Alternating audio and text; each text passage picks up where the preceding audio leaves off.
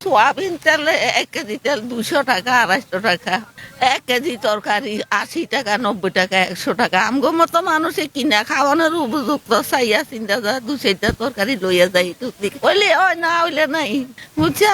পবিত্র মাহে রমজান মাস আসলে এই দেশের গরিব অসহায় মানুষগুলোর কষ্ট আরও বেড়ে যায়। কেন জানেন? তারা চাইলেও কিছু কিনতে পারে না, তারা চাইলেও কিছু ভালো মন্দ খেতে পারে না। তারা যে ইফতারিতে ভালো মন্দ কিছু খাবে বা সেহরিতে ভালো মন্দ কিছু খাবে তার কোনো উপায় নেই। কারণ এদেশের ব্যবসায়ী সিন্ডিকেট মারেনি ফোলারা সারা বছর করে চুরি আর রোজার মাসে করে ডাকাতি। এরা রমজান মাস আসলে সিন্ডিকেট করে সব কিছুর দাম বাড়ায় দেয়, যাতে করে এই ধরনের গরিব অসহায় মানুষগুলা কিছু খেতে না পারে, কিনতে না পারে, সাধারণ ঠিকমতো রোজা না রাখতে পারে। আল্লাহর গজব পড়ে যাবে। এই ধরনের মানুষ গিয়ে বাজারে যেভাবে কান্না করে তোদের উপর আল্লাহর গজব পড়ে যাবে এই রোজার মাসে।